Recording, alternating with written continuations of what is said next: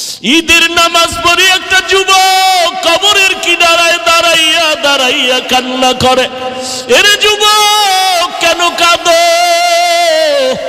বলে গত ঈদের নামাজে যখন আমি রওনা দিলাম, ঈদের নামাজে যাইতে পোশাকটা পরিয়া ঘর থেকে বের হওয়ার সময় আমার মায়ের কাছে দাঁড়াইল। আমার মা আমার মাথায় হাত দিয়া কলিজা ভরে দোয়া করে দিলেন। আমার বাবারে হাতটা ধইরা সাথে নিয়ে ঈদের নামাজ এক জায়গায় দাঁড়াইয়া আদায় করেছে। আজ যখন আমি ঈদের নামাজের জন্য ঘর থেকে বের হইতেছিলাম, আমি হঠাৎ করিয়া মায়ের দোয়ার কথা মনে পড়ে মায়ের বিছানার দিকে নজর পড়ে গেল। তাকায় দেখি বিছানা খালি, আমার মা বিছানায় নাই। নামাজের মুসল্লায় দাঁড়াইয়া দেখি আমার ডান পাশে আমার বাবাই কই। আমার বাবাই তো আমার পাশে আজকে দাঁড়াইল না। কই আমি আজ এতিমের মতো হয়ে গেলাম। কে আমার একটু মাথায় হাত দিয়ে দোয়া দিবে রে যুবক? ও যুবকেরা, ওই মা বাবার দোয়া ছাড়া তুমি পরীক্ষায় ভালো নাম্বার পাও নাই। ওই মা বাবার চোখের পানি আর দোয়া ছাড়া আমি হাফিজুর রহমান চেয়ারে বসতে পারি নাই। ওই মা বাবার চোখের পানি আর দোয়া ছাড়া তুমি মাওলানা মুফতি হইতে পারো না রে যুবক। ওই মা বাবার দোয়া ছাড়া তুমি টাকার মালিক, বাড়ি গাড়ির মালিক, সম্মানের চেয়ারের মালিক হতে পারো নাই। ওই মায়ের কথা মনে যদি থাকে রে যুবক, ওই মায়ের কথা বলিয়া কে কাঁদাইছো? পায়ে হাত রেখে বলি, যা যদি মা বেঁচে থাকে পাও ধরিয়া ক্ষমা নাও। কারণ মায়ের চোখের পানি ছাড়া তুমি আজকে টাকার মালিক হতে পারো নাই। ওই মাকে ধমক দিয়ে কত চোখের পানি ফালাইছো রে সন্তান। ওই মা তোরে যদি দোয়া না করে তোর জন্য জাহান্নাম হারাম হয়ে যাবে। ওই বাবারে ভুলিয়া কেমনে আরামে ঘুমাও? ওই মাকে ভুলিয়া কেমনে আরামে ঘুমাও? ও যুবক, এত নিষ্ঠুর কেন হইলি? চোখেও কি একটু পানি আসবে না রে বাবা? ওই মাকে হারাইয়া বাবারে হারাইয়া কেমনে ঘুমাও? এক ফোঁটা চোখের পানি ছেড়ে দিয়া দোয়া কর। ওই বাবাই কবরের থেকে দোয়ার অপেক্ষায় তাকাইয়াছে। ওই বাবার চেহারাটাও কি মনে পড়ে না রে সন্তান? ওই মায়ের চেহারাটাও কি মনে পড়ে না রে সন্তান? এত নিষ্ঠুর কেন হইলি রে বাবা? ওই মা বাবার চেহারাও কি মনে পড়ে না? অন্তরে কি একটু মায়া আসবে না রে বাবা? আল্লাহর নবী সাহাবী ওমরের সামনে দাঁড়ায় বান্দা কান্না করে আর বলেন, খলিফাতুল মুসলিমিন, আমি যুদ্ধের ময়দানে যাব না। আমার স্ত্রী আমাকে সান্ত্বনা দিয়া বলে, স্বামী তুমি যুদ্ধের ময়দানে যাও,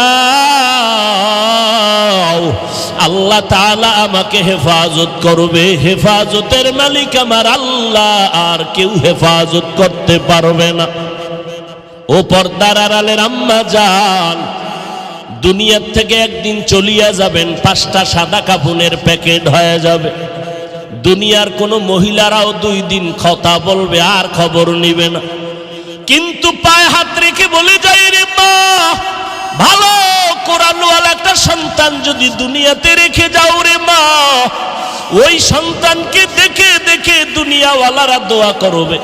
ও যুবক, স্কুলে পড়ো, কলেজে পড়ো, আলহামদুলিল্লাহ বাধা নাই, তবে মা বাবার দোয়া নাও। ওই মায়ের আদর্শ নিয়ে চলো। এরে আম্মা জান, এই দুনিয়াতে ভালো ভালো সন্তান হওয়ার পেছনে মায়ের অবদান, মায়ের আদর্শ। এরে আম্মা জানেরা, ও আব্বা জানেরা, কলিজা ভরিয়া দোয়া করিয়া সন্তানকে ডাক্তার বানাবেন, তবে বেয়াদব বানাবেন না। সন্তানটাকে ইঞ্জিনিয়ার বানাবেন, তবে অনুরোধ বেয়াদব বানাবেন না। সন্তানটাকে আপনি একজন প্রফেসর বানাবেন, তবে অনুরোধ বেয়াদব বানাবেন না। আপনাদের আদর্শ দিয়া সন্তানকে মানুষ বানাইয়া যাবেন, আল্লাহর কোরআনটা সিনায় ঢুকাইয়া দিয়া যাবেন রে মা বাবারা। সন্তান যদি ডাক্তার হয় আর কোরআন পড়নেওয়ালা হয়, আপনাদের জন্য কলিজা ভরে কবরের কিনারায় কোরআন পড়ে দোয়া করবে, এলাকার মুরব্বীরা দোয়া করবে। মা দুনিয়ার থেকে মরিয়া গেল, একটা ভালো সন্তান রাখিয়া গেছে, ওই সন্তানের ব্যবহারে আলেমরা খুশি হবে, মুরব্বীরা খুশি হইয়া দোয়া করবে। শুধু সন্তান দোয়া পাবে না, আপনার ভালো সন্তানের কারণে আপনি মাও কবরে বসে বসে দোয়া পাইতে থাকবেন রে আম্মা জান। আল্লাহর বান্দি দোয়া করে দিল, স্বামীতে মোহাব্বতের একটা সূত্র আছে। আমি আল্লাহর সাথে বান্দার সূত্রের নাম, মোহাব্বতের সূত্রের নাম হলো ইবাদত। ওয়ামা খালাকুতুল জিন্না ওয়াল ইনসা ইল্লা লিয়াবুদুন। মা খালাকুতুল জিন্না ওয়াল ইনসি বাখা জুজ ইবাদত নিস্তে মাকসুদ আজ্জাহা। আল্লাহ তাআলার সাথে বান্দার সম্পর্কের নাম ইবাদত। যারা ইবাদত করবে তারা আব্দু বা বান্দা, যার ইবাদত করবে তার নাম হবে মাবুদ। আমার আল্লাহ মাবুদ, আমরা তার বান্দা বা গোলাম। আমাদের সাথে আল্লাহর সম্পর্কের নাম হলো ইবাদত। এই সূত্রে আমার আল্লাহ বান্দা বলে ডাক দিলেন। মুমিন ডাক দিলে তো শুধু মুমিন, বেঈমান বাদ। আল্লাহ তওবার পথে ডাক দিয়া কয়, আমার বান্দা যারা, আয় আয় আমি তোর জীবনের গুনাহ মাফ করে দিব। হিন্দু থাকলে আয়, তওবা করবি, আমি মাফ করে জান্নাত দিয়া দিব। বৌদ্ধ ধর্ম পালন করো, আয় আমি আল্লাহ তোরে মাফ করিয়া দিব, কারণ তুই আমার বান্দা, আর কারো বান্দা না। আমরা কার বান্দা? আরো জোরে বলেন। বান্দা বললেই তো প্রমাণ আমার আল্লাহর বান্দা। এরপরও আল্লাহ আলাদা করে কেন বললেন তোমরা আমার বান্দা? আমার কেন বলেছেন? আসমানকে বানাইছেন, জমিনকে বানাইলেন। আল্লাহ আসমান বানায় বলেন না আমার আসমান, জমিন বানায় বলেন না আমার জমিন। সূর্য বানাইছেন আল্লাহ, কিন্তু বলে না আমার সূর্য। চাঁদ আল্লাহ বানাইছেন, কিন্তু বলেন না আমার চাঁদ। মানুষেরে কেন বললেন আমার বান্দা? জমিনও আল্লাহর, কিন্তু আল্লাহ বলে না আমার জমিন। ব্যবধান আছে না নাই? মসজিদ কার? জোরে বলেন। আমি শুরুতেই বলছি, বয়ান মুখস্থ করে করা যায় না। অনেক জায়গায় বয়ান করলে শুধু করতেই মনে চায়, আর অনেক জায়গায় বয়ান চেষ্টা করলেও আসে না। এক তো আল্লাহর রহমত, দ্বিতীয়ত ময়দানের বরকত। ময়দানের কি বরকত? আপনাদের আগ্রহের উপরে এবং দোয়ার উপরে বয়ান হবে। কথা বুঝেন নাই? উঠা বসা করা এটা মজলিসের চূড়ান্ত বেয়াদবি। আপনি উঠবেনই তো, ঢুকলেন কেন? আপনাকে জোর করে আনা হয়েছে। আপনি সেই নদী পার করে, কেউ পায়ে হেঁটে, কেউ ভাড়া দিয়ে আসছেন। আপনাকে কেউ টাকা দিয়েও আনে নাই। বলা হয়েছে আসবেন, আপনি নিজ ইচ্ছা আসছেন, আল্লাহর মহব্বতে, রসুলের মহব্বতে, তাই তো? উঠবেন কেন? কি শয়তান আপনার উপরে গালেব হয়ে গেছে? চিন্তা করে এই মজলিসে যদি শেষ পর্যন্ত থেকে দোয়া করে যায় তো সব গুনাহ মাফ। তো ইবলিস কইব, আমি 30 বছর যে তোরে আকাম করাইলাম, আর এক মোনাজাতে সব মাফ হইলে আমার ভ্যালু কই চাকরির? এই জন্য দেখবেন কিছু মানুষ ঘন্টাকে ঘন্টা বসে বয়ান শুনে, 5 মিনিটের জন্য বসে দোয়াটা করার কপাল হয় না। এটা কপালের বিষয়। আরে ভাই, আমি তো গুনাহগার, আমি তো অপরাধী, আমি তো গুনাহগার, আমি তো জাহান্নামী। কিন্তু এই মাঠের মধ্যে বহু আল্লাহর বান্দা আছে জান্নাতি, যারা আমিন বলার সাথে সাথে কবুল হয়ে যায়। আর রসুলের হাদিস সত্য, একজনের মজলিসের আমিন যদি আল্লাহ কবুল করেন, এর বরকতে সবার গুনাহ সাথে সাথে মাফ করে দিবেন। ধৈর্য নাই? শুরুতেই তো বললাম, বাসায় গিয়ে কি ঘুমাইবেন? ঘুম তো নাই, মোবাইল দেখে দেখে কবিরা গুনাহ করবেন। আল্লাহ হেদায়েত দান করুন। আরো জোরে বলেন। চট্টগ্রাম একটা জেলার নাম প্লাস বিভাগ, ওই বিভাগের একটা থানা আছে পটিয়া। কি থানা? কক্সবাজার যাইতে যেই রোড প্রথম, পটিয়া থানা। ওই থানার যে পটিয়া থানার উপরে একটা বিশাল মাদ্রাসা, মাদ্রাসার প্রতিষ্ঠাতা বাণী মুফতি আজিজুল হক রহমতুল্লাহ আলাইহি, জবরদস্ত আলেম, জবরদস্ত কুতুবুল আলম। একদিকে সে আলেম, অপরদিকে সে কুতুবুল আলম।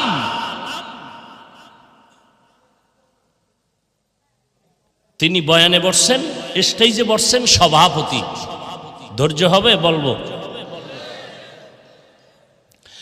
স্টেজে বসছেন কি, পাশে বক্তা বয়ান করতেছেন। বক্তার বয়ান এত রৌনক হয়ে গেল যে মনে হয় ময়দানে কিয়ামতের মাঠ চলতেছে। মুফতি সাহেব হুজুর রহমতুল্লাহ আলাইহি বক্তা সাহেবকে ইশারাতান বললেন, হযরত বয়ান বন্ধ করুন। খুব খেয়াল করবেন, আমি বান্দার কোনো এলেম নাই, কোনো আমল নাই। আপনি কি বলবেন? আমারটা তো আমি অ্যাডভাইস করতেছি। এরপরও মানুষ কেন বয়ান শুনে, মানুষ কেন দাওয়াত দেয়, এটা আল্লাহরে জিগাইবেন, আমারে না। তবে এই চেয়ারে বসার মতো যোগ্যতার পেছনে যত বড় কারণ আমার আছে, এর মধ্যে সব থেকে বড় কারণ আমার মা বাবার চোখের পানি এবং আল্লাহর ওলিদের নেক নজর। আল্লাহর ওলি হইতে পিসা বাবা লাগে না। আপনারা মনে করবেন যে আল্লাহর ওলি মানে বড় আলেম, না, একটা রিক্সার ড্রাইভারও আল্লাহর ওলি হতে পারে। আল্লাহর ওলি হওয়ার জন্য টাইটেল পাস শর্ত না, কামেল পাস শর্ত না, পীর সাহেব হওয়া শর্ত না, কলবটা গুনাহমুক্ত হওয়া শর্ত।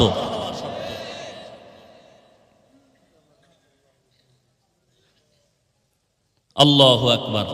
মুফতি সাহেব হুজুর বললেন, এই হযরত বক্তব্য বা বয়ান বন্ধ করুন। বন্ধ করলেন। হুজুর নিজে মাইকটা নিয়ে নিলেন, নিয়া বললেন, আমি মুফতি আজিজুল হক তাসাউফের লাইনে, রুহানিয়াতের লাইনে যে পাওয়ার পেয়েছি, যার নাম খেলাফত, আমি এই বক্তা হযরতকে আমি আমার পক্ষ থেকে রুহানিয়াতের খেলাফত দিয়ে দিলাম। আরে বুঝার পরে সুবহানাল্লাহ বলেন। এবার হুজুর বললেন, ঠিক আছে, আপনি এবার বয়ান শুরু করেন। বক্তা সাহেব এবার বয়ান শুরু করলেন। খুব খেয়াল করবেন, এবার বক্তা বয়ান শুরু করছেন, কিন্তু আগের মতো রং বয়ানে আসে না। কঠিন অবস্থা। বক্তা প্রচন্ড চেষ্টার পরেও বয়ানে সে আগের রং। মুফতি সাহেব হুজুর আবার বললেন, বয়ান বন্ধ করুন। বয়ান বন্ধ করে মাইক আবার নিয়ে নিলেন। মাইক নিয়ে বললেন, আমি মুফতি আজিজুল হক যে খেলাফত রুহানিয়াতের পাওয়ার তাকে দিয়েছিলাম, তা উড্ড করে নিয়ে নিলাম, খেলাফত কেটে দিলাম। মাথা তো গরম হয়ে গেছে মাঠের মানুষ। আপনি যদি নিয়েই যান, দিলেন কেন? যদি দিয়েই থাকেন, নিলেন কেন? মাত্র 5 মিনিটের বিষয়। মুফতি সাহেব হুজুর বললেন যে আমি খেলাফত দেওয়ার শুরুতে ভেবেছিলাম, যেই হালাত ময়দানে দেখেছি তার কলবের রুহানিয়াতের আকর্ষণ, কিন্তু খেলাফতের পরে আমি দেখলাম এটা তার নিজস্ব কোনো রুহানিয়াতের আকর্ষণ না। ময়দানে এক বুজুর্গ বসে আছে, তার আকর্ষণ, ফোকাস লাগছে তার কলবে। ওই বুজুর্গের ফোকাসটা যখন কলবে গিয়া ধাক্কা মেরেছে, তার কলব থেকে মারিফতের নূর বের হয়েছে। যখনই আমি পরবর্তীতে বুঝতে পারলাম এটা তার নিজস্ব ফোকাস না, ওখান থেকে ময়দানের এক বুজুর্গ ফোকাস দিছে, রুহানিয়াতের নজর মারছে, তো কলবের দরজা খুলে গেছে। অতএব তার এটা নিজের পাওয়ার না, অতএব সে খেলাফত পাওয়ার যোগ্য না, আমি ফিরাই নিছি। কি বুঝলেন? কি এই কথা যদি বুঝেন, তাহলে ঘরে গিয়া কম্বলের তলে ঢুইকা কানে ধরে তওবা করবেন, আর বলবেন না যে চরমনাই লাফায় কেন, উজানি লাফায় কেন। আর যদি কপালে জুতার বাড়ি থাকে, আল্লাহর লানত থাকে, তাহলে আজীবন আল্লাহওয়ালাদের বিরোধিতা করবেন, টের পাইবেন পুলসিরাতের গোড়ায়। মাস্তানি এত ভিতরে, এত জিদ আর মাস্তানি, আমাকে সামনে আসতে পারেন না? আপনার মাস্তানির পাওয়ার কত দেখি। মানে হুজুর টুজুর লইয়া পড়তে চান, এত এলেম আপনার, আসেন আমাকে সামনে আসেন, দেখি আপনি কোরআন শরীফের কয়টা আয়াত পড়তে পারেন। আর আপনি তো চরমনাইরে বাস দিতে দিতে দিতে দিতে টোটাল দেশটা এখন চরমনাইয়ের ময়দান ছাড়া, চরমনাইয়ের মুরিদ ছাড়া ওয়াজই জমে না। আপনি বাস তো নিজে দিলেন না, নিজে খাইলেন। তাবলিগওয়ালাদের বাস দিতে দিতে কদ্দুর উপরে উঠছেন। হ্যাঁ, আপনারে কয়জনই চিনে আর চরমনাই কয়জনই চিনে? আপনাকে কয়জন সম্মানের চেয়ার দেয় আর তাবলিগওয়ালাকে কয়জন দেয়? এত বাহাদুরি করেন কেন?